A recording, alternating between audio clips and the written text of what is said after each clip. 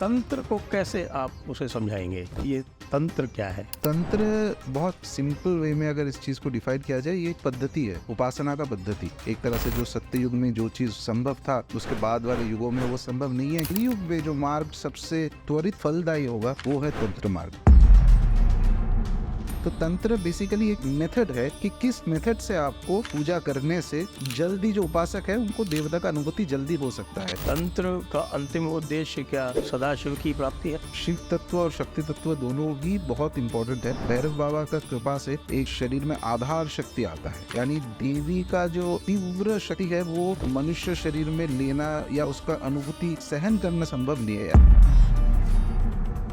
शक्तिपीठ जब शब्द इस्तेमाल करते हैं तंत्र साधना में, भगवती के साधना में एक बहुत इंपॉर्टेंट चीज है, सिर्फ मूर्ति नहीं है, जगह का एक इम्पोर्टेंस बहुत होता है। 91 शक्तिपीठ तो है ही, इसमें से कामाख्या जो है एकदम से प्रमुख शक्तिपीठों में से माना जाता है।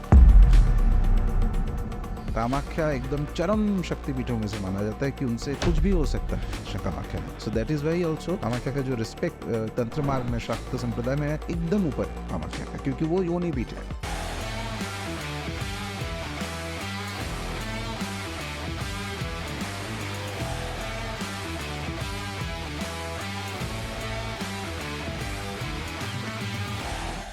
My honor to be here, and thank you very much.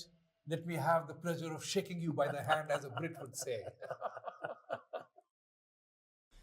नमस्ते, आप सभी का स्वागत है आज के इस दी जयपुर डायलॉग्स पॉडकास्ट में। और आज हमारे साथ हैं श्री राजर्षि नंदी जी। आप बहुत ही जाने माने लेखक और तंत्र उपासक हैं। आपका बहुत बहुत स्वागत है जयपुर डायलॉग्स में नंदी जी। नमस्ते। तो अब आज आपसे हम बात करेंगे कुछ तंत्र विद्या के बारे में, कुछ तंत्र उपासना के बारे में और कुछ देवी भक्ति के बारे में, देवी उपासना के बारे में। तो पहले आप थोड़ा सा बिल्कुल, यदि किसी सामान्य व्यक्ति को समझाना हो, सामान्य व्यक्ति जो है वो भक्ति जानता है, वो पूजा जानता है, हर एक के घर में एक मंदिर होता है, नहीं तो वो मंदिर जाता है, देवी के भी मंदिर जाता है, भगवान शिव के भी मंदिर जाता है, भगवान विष्णु के, हनुमान जी के, भगवान राम के, भगवान कृष्ण के, अलग अलग जो अवतार हैं उनके मंदिर जाता है। तो ये तंत्र को कैसे आप उसे समझाएंगे कि ये तंत्र क्या है? जी, जय माँ कामाख्या, जय भैरव बाबा, जय माता रानी। तंत्र बहुत सिंपल वे में अगर इस चीज़ को डिफाइन किया जाए, ये एक पद्धति है, उपासना का पद्धति। तो उपासना का पद्धति जो शंकर भगवान खुद बोल रहे हैं तंत्र में कि जैसे युग परिवर्तन होता है तो उसमें कुछ नेचर में, लोगों में, सब कुछ में कुछ तत्वों का चेंज होता है। एक तरह से जो सत्य युग में जो चीज़ संभव था वो उसके बाद वाले युगों में वो संभव नहीं है, क्योंकि एक करप्शन कहीं ना कहीं उसका लेवल, और करप्शन का ये मतलब नहीं कि सिर्फ एयर पोल्यूशन वाला करप्शन, एक अपने चित्त में जो करप्शन है, सब कुछ के परिमाण बढ़ने लगेगा जितना कलयुग के तरफ आएगा। और इस कारणवश हर युग में साधना का जो पद्धति है उसमें भी कुछ परिवर्तन लाना पड़ेगा ताकि देवताओं का सान्निध्य मिल सके। यही एम है साधना का। तो फिर वो बोल रहे हैं कि कलयुग में जो मार्ग सबसे प्रशस्त है, जो मार्ग सबसे त्वरित फलदायी होगा वो है तंत्र मार्ग। अब तंत्र कोई भी देवता का पूजा किया जा सकता है। ये हमारे लोगों में एक आइडिया होता है कि सिर्फ माँ का ही, देवी का ही पूजा होता है। नहीं, तंत्र में आप राम को भी पूज सकते हो, कृष्ण को भी पूज सकते हो, शंकर भगवान का तो है ही, गणपति का है। तो तंत्र बेसिकली एक मेथड है कि किस मेथड से आपको पूजा करने से किस जल्दी जो उपासक है उनको देवता का अनुभूति जल्दी हो सकता है। तो इसमें एक मंत्र का बहुत प्रेवेलेंस है। मंत्र चीज़, जो पूरा मंत्र शास्त्र है तंत्र में, ये एक तरह से फाउंडेशन है तंत्र का। और उसके साथ यंत्र भी है। यंत्र है कि मंत्र ही देवता है एक तरीके से, और यंत्र है कि उस देवता का एक डायग्रामेटिक आप रिप्रेजेंटेशन करना है। और फिर मूर्ति तो है ही। तो देवता का पूजा मंत्र, यंत्र, मूर्ति किसी भी तरीके से हो सकता है।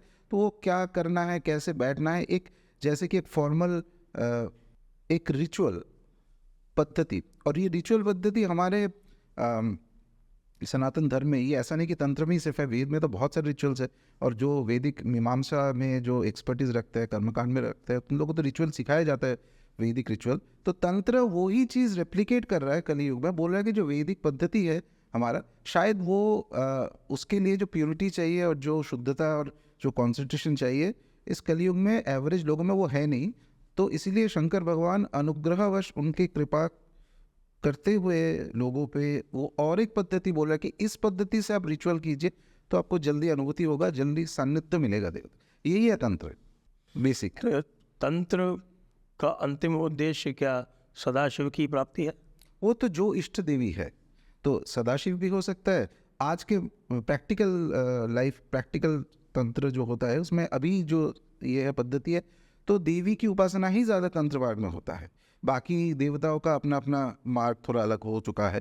तंत्र मार्ग में ज़्यादातर जो आते हैं उनको कहीं ना कहीं कोई भी इष्ट देवी होगा, देवी का माँ का कोई स्वरूप होगा, तो उनके पास, उनके सान्निध्य में जाना, उनके सायुज्य सारूप्य, वो जो वैष्णव चार अलग वैष्णव नहीं यानी कि जो देवता उपासना में जो चार स्टेट्स बोला जाता है कि एक देवता के आप पास निकट आएंगे, एक उनके लोक में जाएंगे, एक तीसरा है कि उनके तरफ आप एकदम जैसे रेप्लिका ऑफ द डेटी वैसे बन जाएंगे, और एक एकत्व हो जाएगा देवता के साथ। ये 3-4 जो स्टेट्स है, ये स्टेट्स है कि एक आप लिबरेशन कह सकते हो for lack of better words एक तरह से। और हाँ, मोक्ष भी है कि पूरा साइकिल से बाहर ये भी हो सकता है। तो ये सब कुछ चीज़ आ सकता है देवता की कृपा से ही। अब उपासना का एम ही ये है कि कैसे हम देवता तक पहुँच पाए। तो ये जो हम शक्ति का यहाँ पर निरूपण करते हैं, और शिव और शक्ति दोनों जो हैं वो सृष्टि के आपस के एक दूसरे के पूरक मान के चलते हैं, ये तो क्या तंत्र में भी इसी प्रकार ही है? हाँ, एकदम है। तो शिव तत्व और शक्ति तत्व दोनों ही बहुत इम्पोर्टेंट है, लेकिन शक्ति तंत्र में जो आज के प्रैक्टिकल तंत्र जो है उसमें शक्ति तंत्र ही ज़्यादा है।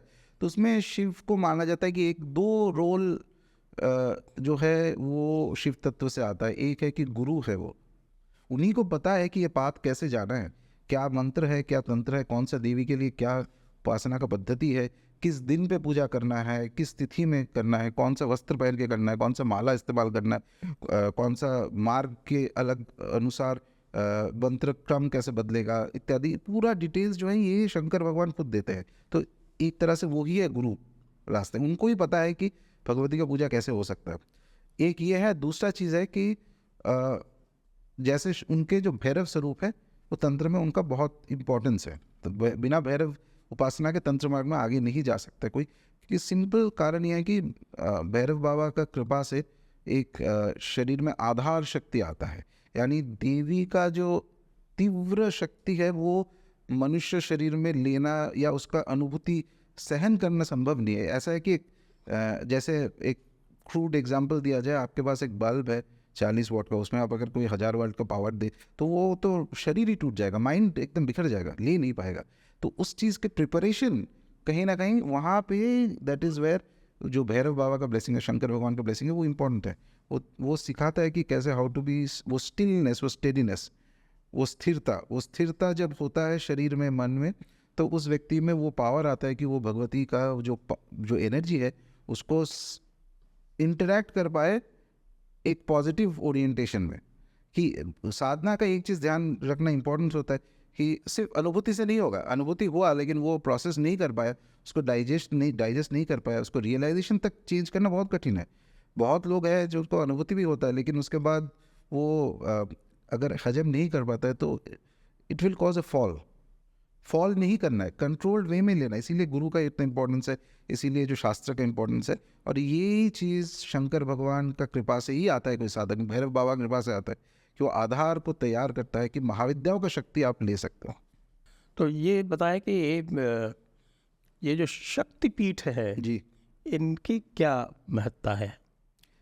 हाँ, ये एक तो है कि जैसे हमारे पौराणिक एक स्टोरी है जहाँ पे हम लोग जानते हैं कि दक्ष यज्ञ के समय पे भगवान शंकर रौद्र रूप जब उनका उन्होंने अपना देह त्याग कर दिया तो वो बॉडी लेके उन्होंने रुद्र तांडव चालू कर दिया था। और रुद्र तांडव इतना भयंकर चीज़ है कि पूरा सृष्टि जो है वो बिखर सकता है।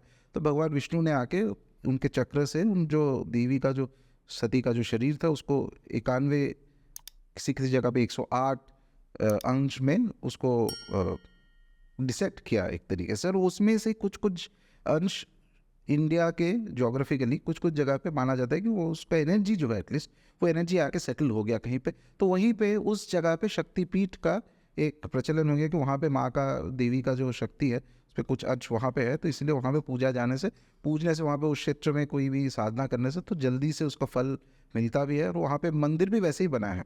एक ये है, और दूसरा और एक चीज़ है कि शक्तिपीठ हम जब शब्द इस्तेमाल करते हैं तंत्र साधना में, देवी के भगवती के साधना में एक बहुत इंपॉर्टेंट चीज़ है कि सिर्फ मूर्ति नहीं है, जगह का एक इम्पोर्टेंस बहुत होता है। जैसे एक तंत्र में एक वर्णन है कि कहीं पे उत्तरवाहिनी नदी अगर है, मतलब जो नदी आपको देख के लगे कि नॉर्थ की तरफ फ्लो हो रहा है, चाहे वो एक्चुअल जोग्राफिकल जो भी हो, रिलेटिवली आपको लगे कि कुछ जगह के लिए नॉर्थ फ्लोइंग है नदी, उसके बाद एक कुर्मपृष्ठ यमी है, कुर्मपृष्ठ टॉर्टोइस के जो बैक है वैसे वाला थोड़ा सा ऐसा एलिवेटेड जमीन है, लैंड है, और उसके पास अगर कोई स्मशान है, उसके पास पंचवटी है, 5 तरह का पेड़ पौधा है, नेचुरल कोर्स में ग्रो हुआ है, ये सब लक्षण जहाँ पे मिलता है वहाँ पे भगवती का शक्ति का सबसे ज़्यादा मैनिफेस्टेशन ईजियर होता है, तो वहाँ पे पूजा भी होता है, मंदिर भी बन जाता है धीरे धीरे। तो इस हिसाब से भी शक्तिपीठ को एक तरह से माना जाए तो जो सिद्ध थे और ऋषि थे, जो महात्मा थे और इस मार्ग के जो सबसे प्रधान व्यक्ति होते, उन लोगों ने भी सिलेक्ट किया कि ये जगह माँ की इस स्वरूप के लिए पूजा का सबसे इम्पोर्टेंस है, वही बन गया शक्तिपीठ।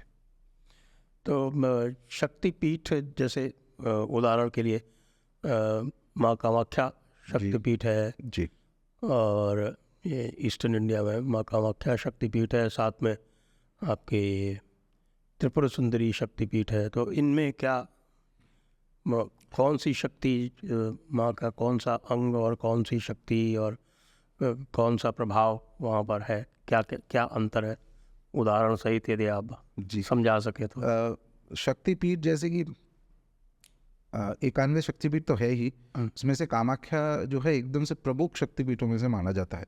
तो पुराने तो प्रमुख शक्तिपीठ कौन कौन से? हाँ, ये है कि एकदम पुराने जब कश्मीर शैव तंत्र जब एकदम से मतलब पीक में था, तो उस समय के जो ग्रंथ है उसमें 4 शक्तिपीठों का वर्णन मेंशन होता है पहले एकदम शुरू में कि सबसे पावरफुल है। एक तो उद्यान पीठ था, जलंधर ये अभी का जलंधर नहीं, तो इसमें भी बहुत कंट्रोवर्सी है स्कॉलर्स का कि वो एक्चुअली कहाँ पे था। उद्यान था, जलंधर था, पूर्णगिरी और कामाख्या कामरूप, ये 4 शक्तिपीठ था। तो उसमें से तीनों में ही कंट्रोवर्सी है। कंट्रोवर्सी सिर्फ नहीं, ऐसे एक तरह से माना जाए कि उस जगह है नहीं हमारे साथ। उद्यान शायद अफगानिस्तान एरिया में कहीं पे था, जहाँ पे हो सकता है कि कोई स्कॉलर्स का तो ये भी मानना है, और कि पद्म संभव जो वज्रायन बौद्ध सिस्टम में जिनको मतलब परम गुरु माना जाता है, उनका बर्थ शायद वहाँ पे हुआ था। इसमें हाँ या ना क्या सही मैं बता नहीं सकता, मैं बस स्कॉलर का ओपिनियन बता रहा हूँ। तो ये 3 शक्तिपीठ जो है वो एक तरह से वो अभी है नहीं हमारे पास, हमको पता भी नहीं है कहाँ पे है। लेकिन एक कामरूप कामाख्या एक है जो उस समय से लेके अभी तक continuous it is being worshipped. और इसके अलावा और भी शक्तिपीठ है, जैसे कालीघाट कलकत्ता में वो एक शक्तिपीठ है, बहुत सारी, इवन पूरी जगन्नाथ मंदिर के अंदर शक्तिपीठ है, विमला देवी एक शक्तिपीठ है। तो ऐसे बहुत जगह पे अलग अलग माँ का स्वरूप का कुछ अंग जो है वो वहाँ पे माना जाता है, उनका एनर्जी है। ऐसे नहीं कि फिजिकल कुछ मैनिफेस्टेशन आपको मिलेगा वहाँ पे, बट माना जाए कि उस जगह का जो एनर्जी है वहाँ पे हम। तो इसका इम्पोर्टेंस इसलिए है कि जैसे एक मंदिर है, शक्तिपीठ है छोटा सा बंगाल साइड में, जिसमें माना जाता है कि माँ का जो ये नली है, गला का जो ये वोकल कॉर्ड है सती देवी का, वो गिरा था। तो उसमें अगर कोई साधना करता है, सिंपल लॉजिक है, साधना करता है, तो हो सकता है कि उसमें वाक सिद्धि इत्यादि सब चीज़ जो है बहुत जल्दी उस मैनिफेस्टेशन आए। तो कामाख्या के इम्पोर्टेंस इसलिए बोला जाता है, कामाख्या योनि पीठ है, सती के जो योनि है वो कामाख्या में ही, वो गुफा के अंदर, that is where it was placed. तो योनि ऐसा है कि जहाँ से पूरा सृष्टि ब्रह्मांड हो सकता है। तो इसीलिए सृष्टि के एंगल से, तंत्र के हिसाब से जब देखा जाए, कामाख्या एकदम चरम शक्तिपीठों में से माना जाता है कि उनसे तो मतलब कुछ भी हो सकता है कामाख्या में। So that is why also Kamakhya का जो रिस्पेक्ट तंत्र मार्ग में, शाक्त संप्रदाय में है, एकदम ऊपर है कामाख्या का, क्योंकि वो योनि पीठ है। और त्रिपुर सुंदरी? हाँ, त्रिपुर सुंदरी तो माँ का एक स्वरूप है। तो कामाख्या में जब देवी को पूजा जाता है तो अभी बेसिक फॉर्मल पद्धति में जब पूजा जाता है आज के दिन में, तो वो माँ कामाख्या को एक तरह त्रिपुर सुंदरी रूप में ही पूजा जाता है। तो त्रिपुर सुंदरी है कि 10 महाविद्याओं में से एक महाविद्या माँ का जो है तृतीय महाविद्या, वो त्रिपुर सुंदरी है। त्रिपुर सुंदरी के काफ़ी सारे, जैसे कामाक्षी साउथ दक्षिण भारत में है, चेन्नई नहीं, तमिलनाडु में है जहाँ पे कामाक्षी देवी, उनको भी त्रिपुर सुंदरी स्वरूप में ही पूजा जाता है। माँ कामाख्या को भी त्रिपुर सुंदरी स्वरूप में पूजा जाता है, लेकिन पूजा का पद्धति थोड़ा सा अलग है श्रीविद्या से। तो त्रिपुर सुंदरी है कि माँ का एक 10 महाविद्या में से एक रूप है। तो कामाख्या में त्रिपुर सुंदरी भी है, बाकी महाविद्याओं भी है। तो उस नीलाचल पर्वत में सब देवी के जितने 10 महाविद्या और बाकी 5 भैरव इत्यादि सब जितने स्वरूप है, सब उन्हीं का, they all are present in that sacred hill. तो ये कामाख्या मंदिर की उपासना में वहाँ के जल स्रोत का क्या महत्व है? जो पहाड़ है वहाँ पे, नील पर्वत कहते हैं उनको, तो नील पर्वत के अंदर एक पानी का स्रोत है। तो कहीं आप कामाख्या जो भी गए होंगे उनको पता होगा कि मेन जो चीज़ है वहाँ पे विग्रह नहीं है। अच्छा, एक गुफा जैसा है, गुफा के अंदर आप जाएंगे, वो स्टेयर्स है, नीचे जाना पड़ता है, अंधेरा मैं रहता गया हूँ एक बार। अच्छा, तो दिया इत्यादि रहेगा वहाँ पे। और एक वहाँ पे नेचुरल फॉर्म्ड एक योनि के स्वरूप में एक स्टोन है वहाँ पे, तो वो ऐसे अंधेरे में दिखता नहीं है। तो उसके नीचे से जल का एक स्रोत आता रहता है कंटिन्यूसली। तो वो जल को स्पर्श करके उसको जल पीना होता है और अपने आप में छिड़कना पड़ता है ऐसे। तो वो दैट स्ट्रीम, वो जो पानी का जो स्रोत है और सिर्फ जल का स्रोत है, सिर्फ कामाख्या, वो मेन मंदिर नहीं, 10 महाविद्या सब में ही है उसमें, तो वो ही देवी का शक्ति माना जाता है। वो जैसे मैं बता रहा था कि शक्ति उपासना में नेचुरल चीज़ों का एक इम्पोर्टेंस बहुत ज़्यादा होता है कि कौन सा तिथि है, वो जगह कैसा है इत्यादि। तो इसमें भी वो नेचुरल स्ट्रीम ऑफ वाटर जो एक पहाड़ के थ्रू फ्लो करता है अंदर अंदर से, उसी का इम्पोर्टेंस है। और वही चीज़ जैसे अम्बुबाची मेले के समय पे 3-4 दिन के लिए वो लाल रंग में वो पानी जो है लाल हो जाता है 3-4 दिन के लिए, और फिर से उसे माना जाता है कि जैसे कि एक मेंस्ट्रुएशन पीरियड भगवती का माना जाता है। मंदिर बंद रहता है उस समय पे, लेकिन बहुत लोग आते हैं, 7 लाख के आसपास लोग आते हैं। तो वो जल ही कामाख्या है, वो मेन चीज़ जल है। वो मंदिर का बाहर का स्ट्रक्चर इत्यादि वो सब तो बाद में बनाया गया, वो जो जल का स्रोत है वो ही देवी है। तो वो महीने में 4 दिन लाल हो जाता है? महीने में नहीं, साल में एक बार। साल में एक बार? हाँ, और एक बार उसी समय एक मेला होता है, अम्बुबाची कहते हैं उसको। तो जो तंत्रोपासना मार्ग में है, औगर संप्रदाय वगैरह में है, वो सब आते हैं वहाँ पे समय पे 4 दिन के लिए। उसमें लोग ये भी कहते हैं कि साहब की कोई केमिकल डालने से लाल हो सकता है। केमिकल डाल नहीं, वो तो अभी जो नास्तिक है वो तो उसका तो अपना एक्सप्रेशन रहेगा। जो आस्तिक है उसके लिए उस समय पे सिर्फ वो जल नहीं, वो जल के बाद एक रक्त वस्त्र होता है माँ का, उस जल में लगाया हुआ एक स्पेसिफिक वस्त्र दिया जाता है।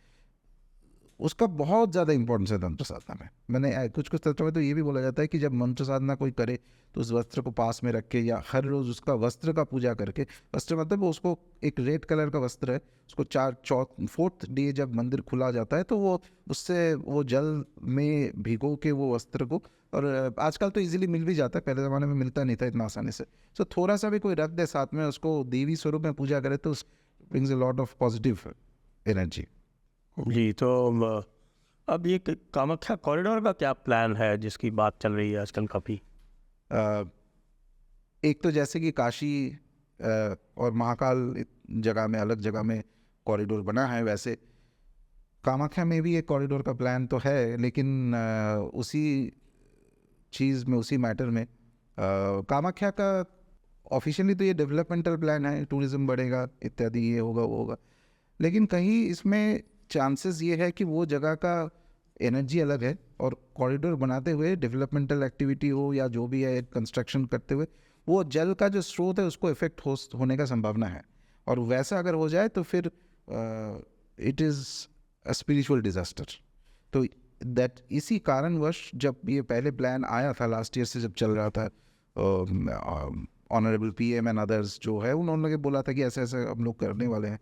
तो एज डिवोटीज, एज देवी के भक्त, तो मैं तो रहता भी नहीं हूँ वहाँ पे, तो 10-12 जन मिलके हम लोगों ने एक PIL फाइल किया था इस मैटर में कि बस आस्किंग ये कि एक वाइट पेपर दिखाइए कि एग्जैक्टली हमारा एंग्जाइटी ये है कि आपके जो कंस्ट्रक्शन का प्लान आपने बनाया इलेबोरेट और जो डॉक्यूमेंट्स अभी तक ऑफिशियली अवेलेबल है उसमें ये कहीं जिक्र नहीं है इस चीज़ का कि आप जो पानी का स्रोत है उसको आप प्रोटेक्ट करने के लिए आप क्या कर रहे हो, क्योंकि एक बार डैमेज हो जाता है तो फिर एपोलॉजी का कोई मतलब, किसी चीज़ का मतलब नहीं होता है। और दूसरी बात है कि आप सरकार हो, आपके पास रिसोर्स भी है, सब कुछ है, you are the main body, तो कहीं ये चीज़ ध्यान में रहना ज़रूरी है कि कोई भी कंस्ट्रक्शन हो, कुछ भी हो, उसमें मेन मूल जो एसेंस है उस जगह का उसको डैमेज नहीं होना चाहिए। तो इस एंगल से ये चीज़ ध्यान रखते हुए हम लोगों ने एक PIL फाइल किया था जो अभी तक चल रहा है कोर्ट्स में। उस पर अभी कोई ऑर्डर नहीं हुआ? ऑर्डर हुआ है कुछ कुछ। एक तो सबसे पहला चीज़ है कि सिर्फ PIL नहीं, PIL फाइल करने से पहले 25-30 RTI फाइल किया गया था, जो सब मतलब पूरा इंडिया से जो माँ कामाख्या का भक्त है, ये ऐसा नहीं लोकल कुछ है, कोई बाहर से भी है जो आते हैं माँ का उपासना करते हैं, भक्ति करते हैं। तो ये एक ही क्वेश्चन पूछा गया था कि ये जो पानी का स्रोत है इसका आप कैसे प्रोटेक्ट करेंगे, बस इतना और हम जो PIL जो हम लोगों ने कोर्ट में किया है उसमें भी ये एडवर्सरियल नहीं है, इसमें बस इतना पूछा गया कि एक वाइट पेपर आप निकालिए, समझाइए कि क्या हो रहा है, बस इतना ही। लेकिन फिर बाद में क्या हुआ कि एक टेंडर निकला, ये कंसल्टेंसी हुआ इत्यादि, वर्क ऑर्डर तक निकल गया जनवरी में, तो कहीं पे ये जो पानी का स्रोत है इसका कहीं मेंशन नहीं था। तो फिर आर्गूमेंट्स हुआ, हम लोगों ने पहले we went to supreme court ने बोला कि गुवाहाटी हाई कोर्ट तक जाओ क्योंकि वो लोकल मैटर है, उन लोगों को ज़्यादा पता होगा। तो गुवाहाटी हाई कोर्ट में हम लोग फाइल किए, आर्गूमेंट्स हुआ, तो आर्गूमेंट्स होते होते ये मैटर यहाँ तक पहुँचा कि कोर्ट एक्सेप्टेड कि वो पानी का जो मेन स्रोत है वो सबसे इम्पोर्टेंट चीज़ है, उसको प्रोटेक्ट करना। वो ऑर्डर में लिख भी दिया जैसा कि वो perennial streams cannot be damaged. तो उसके बाद गवर्नमेंट और मीनवाइल और एक केस भी फाइल हुआ, वो एक पांडा, एक जन नवज्योति शर्मा, दूसरा एक PIL रिट पिटिशन फाइल किया उन लोगों ने कि राइट टू जो है प्रैक्टिसिंग रिलीजन, ये थोड़ा सा मैंने फंडामेंटल राइट अफेक्टेड हो रहा है, क्योंकि वो पानी सेम चीज़ है, पानी अगर जल का स्रोत अगर अफेक्टेड होता है तो उसमें तो होगा ही। फिर कोर्ट ने ऐसे ऑर्डर दिया, फिर गवर्नमेंट ने बोला कि हाँ हम लोग तो सोच ही रहे थे ऐसे करेंगे, पर मेरे एज ए पिटिशनर मुझे कभी ऐसा लगा नहीं कि गवर्नमेंट के माइंड में ये चीज़ था पहले से। बाकी तो कंस्ट्रक्शन एक इंफ्रास्ट्रक्चर प्रोजेक्ट के हिसाब से बहुत कुछ बन चुका था, लेकिन पूरा जो अवेलेबल डॉक्यूमेंट था एक जगह पे भी, इनफैक्ट ये आर्गूमेंट में मुझे याद है, ये आर्गूमेंट हुआ था कि, और जज साहब जो तो पूछेंगे कि अच्छा 2 क्वेश्चन आता है इसमें सबसे कि काशी में बना, इसमें बना है, तो फिर आपको क्या एतराज़ है यहाँ पे बनेगा ये चीज़। तो हमने उनको समझाया था जो लॉयर थे हमारे कि ये दो थोड़ा सा अलग है, कि यहाँ पे natural stream of water is very important, इनको प्रोटेक्ट करना, और वो कहीं जितने गवर्नमेंट के डॉक्यूमेंट्स हैं उसमें कहीं पे वो मेंशन नहीं है कि इसको करना है। फाइनली गवर्नमेंट एक एफिडेविट किया है कोर्ट में कि वो IIT से कंसल्ट करके ही फिर कंस्ट्रक्शन में आगे बढ़ना है उनको। तो अभी उसके बाद भी चल रहा है केस। IIT वालों को क्या पता? जी वो तो हाँ, हमने तो मेन पॉइंट पे क्वेश्चन कर दिया। तो एक्चुअली तो उसमें भी क्या है कि पहले उन लोगों ने एफिडेविट फाइल किया कोर्ट में कि अच्छा हम लोग जो है ऐसे ठीक से करेंगे और वो पानी का स्रोत है उसको मतलब कुछ इफेक्ट नहीं होगा, तो इस एंगल से हम लोग IIT को सुपरवाइज करने देंगे। IIT के साथ एक MOU साइन किया, MOU कोर्ट में आया। MOU जब कोर्ट में आया, अब हमारे साथ भी कुछ एक्सपर्ट वगैरह है, क्योंकि एक तो टेक्निकल लैंग्वेज हमें समझ नहीं आ गया ऑर्डिनरी वर्ड्स, तो उन लोगों ने बोला कि MOU में जो बोल रहा है और जो एक्चुअल एफिडेविट में उसमें बहुत अंतर है। तो MOU में आ रहा है कि इट्स लाइक जो बिल्डिंग का कंस्ट्रक्शन IIT सुपरवाइज करेगा इत्यादि। फिर IIT ने वो उस काम को, अच्छा जब हम लोगों ने स्क्रूटनाइज करके कोर्ट में फिर से बताया कि देखिए ये पानी का तो कहीं मेंशन ही नहीं है यहाँ पे, वही तो मेन चीज़ है। आप इनफैक्ट इतना भी हम लोग बोलते हैं कि वो बिल्डिंग आपको करना है ना पहाड़ के नीचे कीजिए, 10 मंजिल का बिल्डिंग बना दीजिए, किसको कोई एतराज़ नहीं है, आराम से कीजिए, लेकिन सब डेवलपमेंट वो पहाड़ में ही करना है आपको। तो IIT फिर बोला कि अच्छा आप लोग सर्वे करेंगे, जियो हाइड्रोलॉजिकल सर्वे करवाएंगे कि उसके पानी का पूरा मैपिंग होना चाहिए, नहीं तो पता ही नहीं चलेगा। IIT gave it back to PWD कि आप करवाइए, PWD gave it back to LNT gave it to a third party.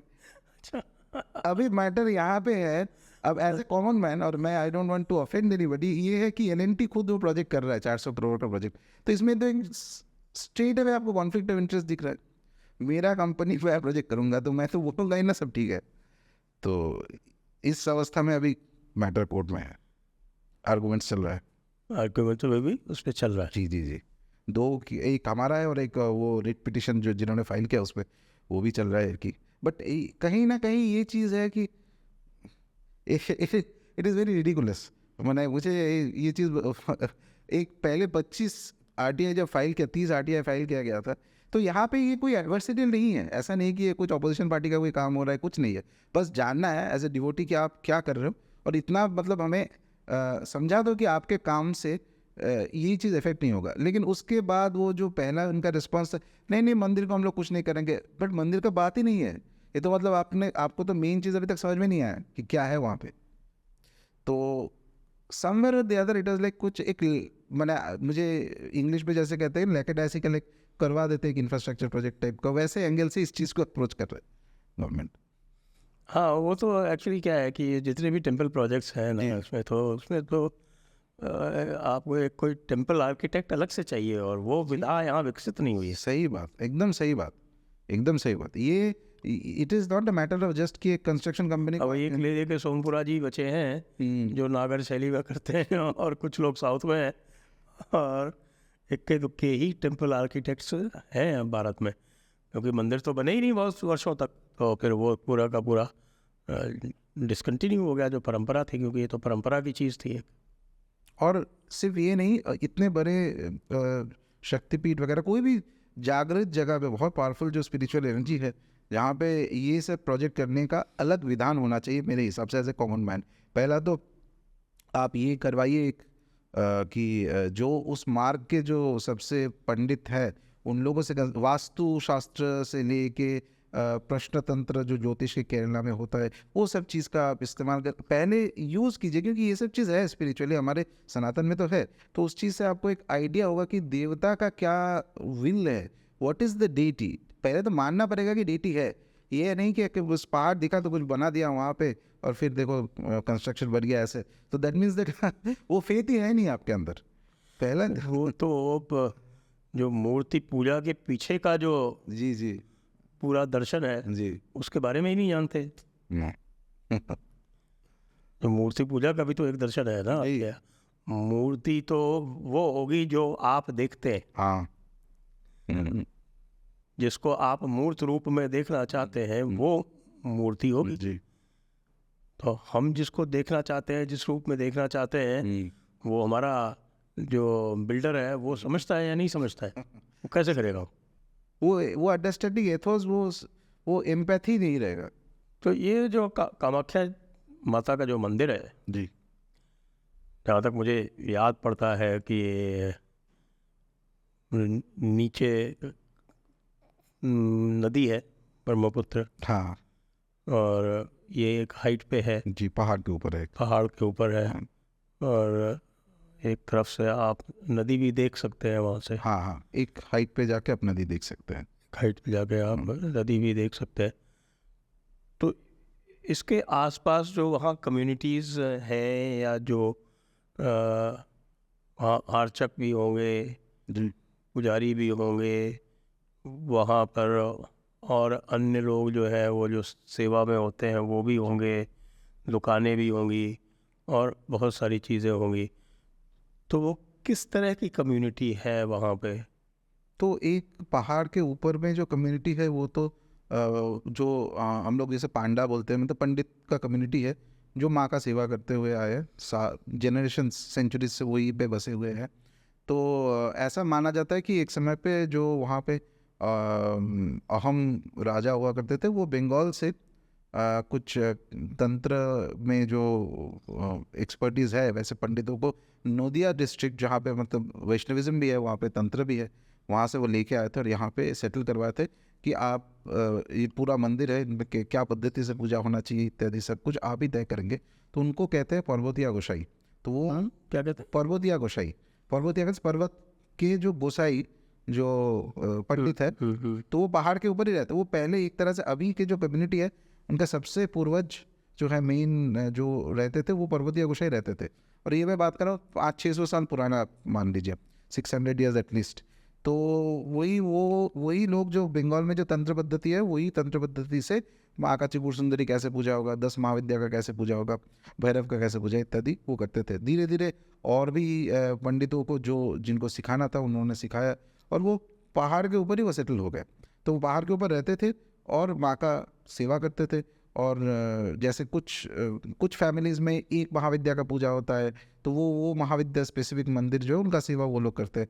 किसी और 2-3 फैमिली और एक महाविद्या का, ऐसे करके पूरा मतलब अपने आप में डिवाइडेड नहीं, मतलब डिस्ट्रीब्यूटेड है कि कौन किसका सेवा करता है। तो वही दे आर द पीपल जो पहाड़ के ऊपर रहते हैं मेन।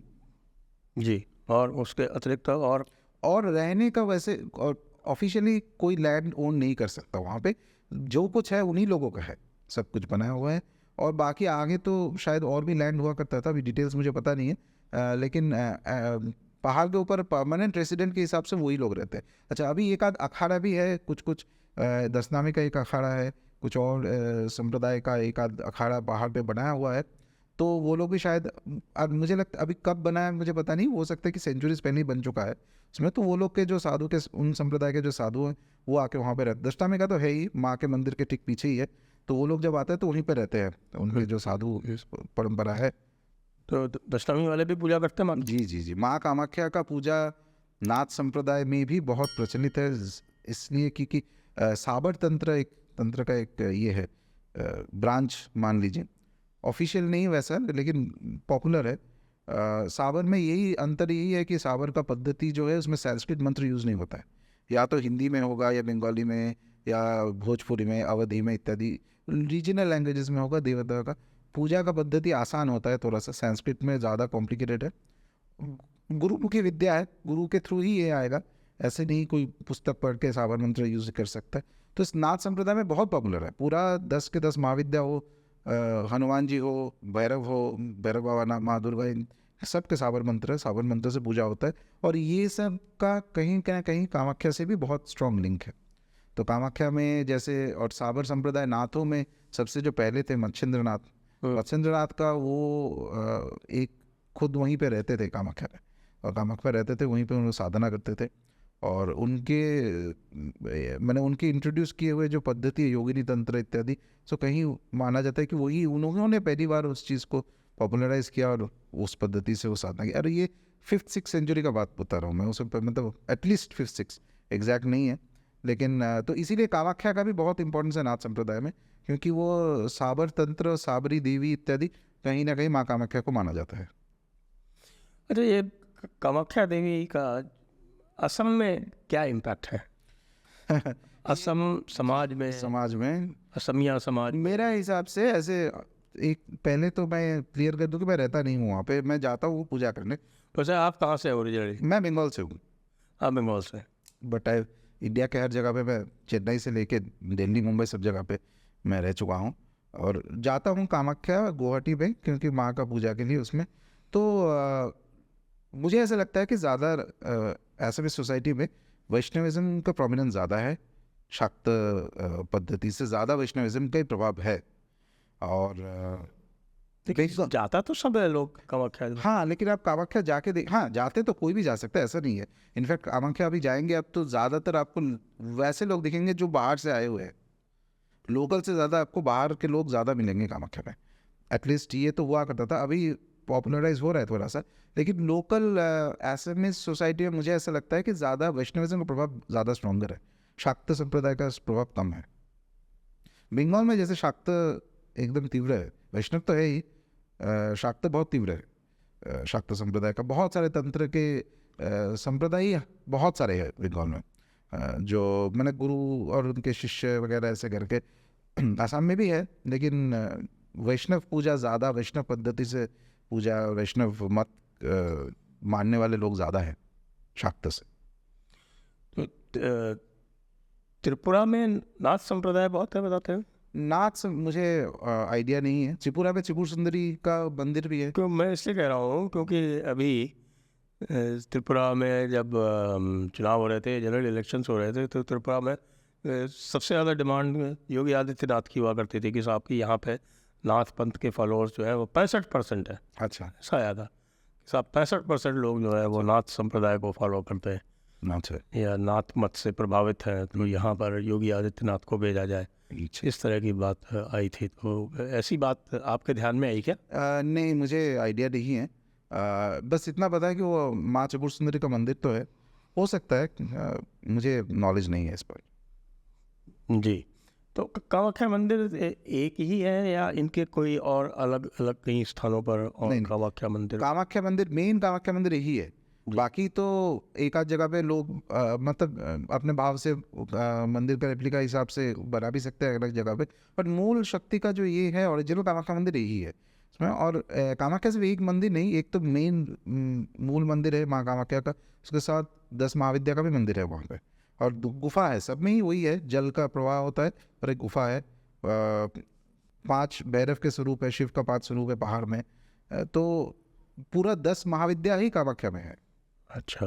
और कहीं ये एक शायद गलत नहीं होगा अगर कोई स्कॉलर इसमें ज़्यादा डिटेल में रिसर्च करे, तो कहीं हो सकता है कि जो महाविद्याओं का पूजा का जो क्रम है, पद्धति है, वो शायद स्टार्ट भी कामाख्या से ही हुआ था, 10 महाविद्या का। तो जब सरकार ने ये बोल दिया कामाख्या मंदिर के जो डेवलपमेंट कॉरिडोर जो प्लान है उसमें कि वो आईआईटी से दिखवाएंगे और वो बाकी सारे जो स्टेक होल्डर्स हैं उसमें एनवायरमेंटलिस्ट्स हैं और लोग हैं, तो उनका सबका कंसर्न एड्रेस करेंगे, तो उसके बाद भी आपको अभी प्रॉब्लम है इसमें, क्यों? अच्छा, आई थिंक ये बहुत ही, it's a very good question. तो ये एज ए डिवोटी जब मैं इस केस के साथ जुड़ा था उस समय से मेरा एक परसेप्शन ऐसा रहा, मेरा सिर्फ नहीं, वैसा हम जो 12-13 जो पिटिशनर्स थे और हमारे साथ जो टीम है रिसर्च के इत्यादि, वो सबका कि कहीं ना कहीं गवर्नमेंट एक तरह से एक लेवल पे गवर्नमेंट जो बोल रहा है जो कर रहा है उसमें एक गैप है।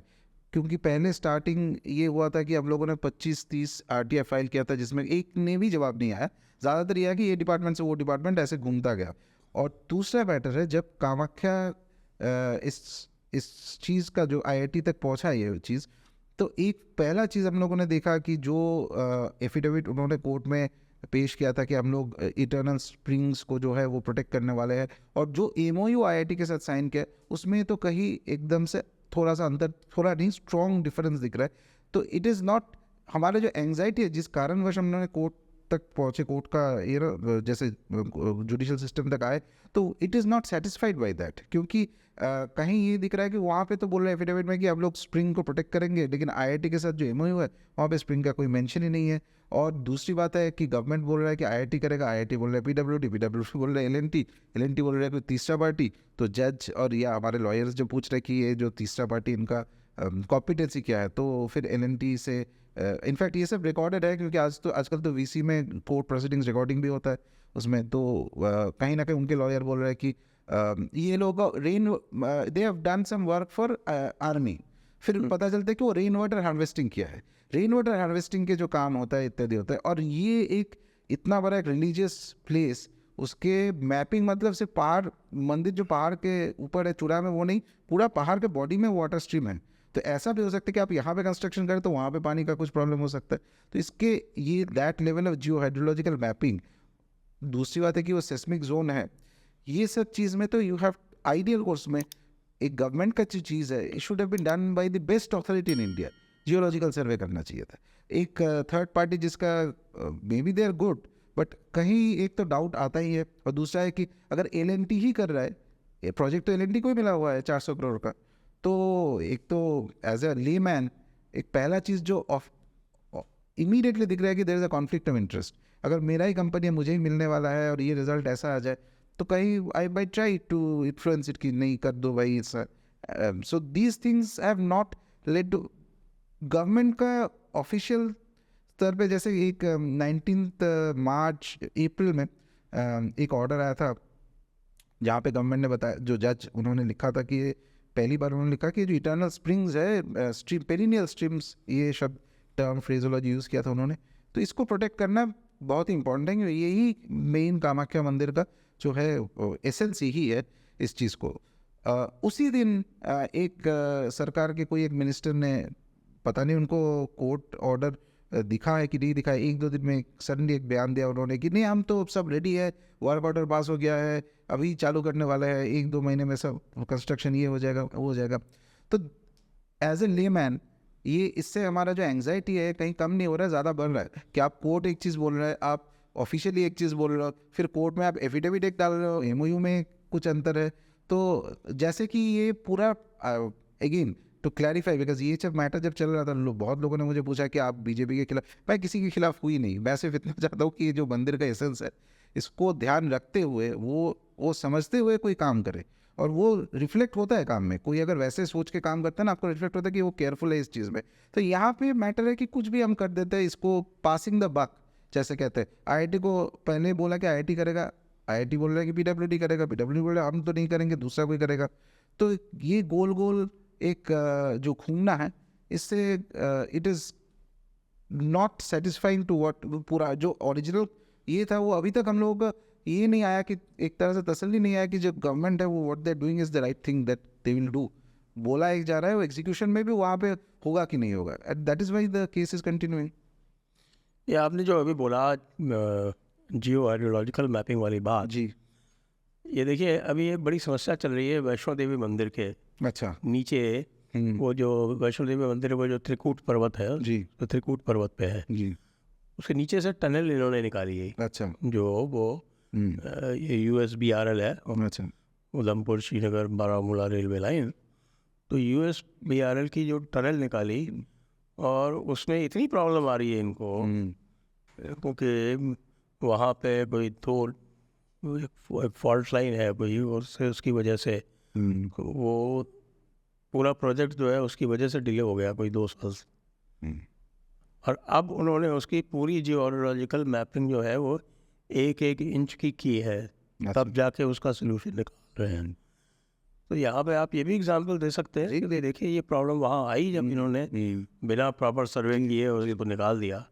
तो यहाँ पे भी जियोलॉजिकल मैपिंग जो है वो पूरा कंप्लीट करें इसको, और आइडियली तो कहीं ये चीज़ पहला करना चाहिए था। मैंने आपका कंस्ट्रक्शन कंपनी तक ऑर्डर पहुंच गया है, लेकिन वो पहला स्टेप हुआ नहीं, तो दैट मेक्स ये चीज़ एकदम सबसे अद्भुत है। ये जो एक दिख रहा है कि जो धार्मिक आस्था के जो केंद्र हैं जी उनको as a tourist spot develop किया जाए, इससे आप कहाँ तक सहमत हैं?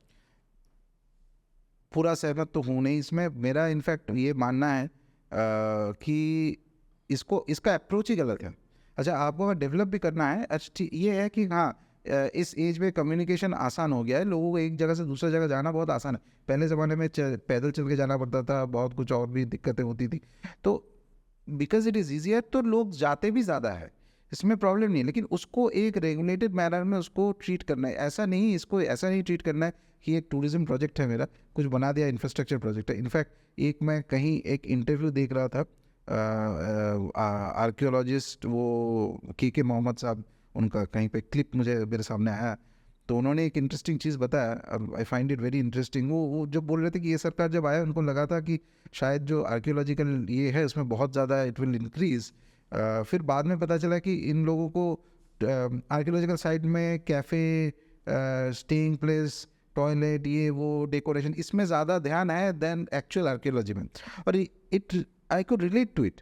ये कहीं जो ये टूरिज्म, ये जो एक एक क्षेत्र में कॉरिडोर बन रहा है ना, इस पूरा इसका फर्स्ट गलती तो वहीं पे है कि आपको लग रहा है कि ये टूरिस्ट स्पॉट है। तो टूरिस्ट स्पॉट सोच के आप करेंगे तो आपको लगा अच्छा और एक बिल्डिंग बना देते हैं 3 मंजिल का, यहाँ पे कार पार्किंग हो जाएगा, ये शॉपिंग मॉल हो जाएगा, ये हो जाएगा, वो हो जाएगा। तो your approach itself is wrong, और इसका रिपरकशन बहुत हो सकता है, क्योंकि ये जागृत जगह है, एक जगह, एक देवताओं का जगह है।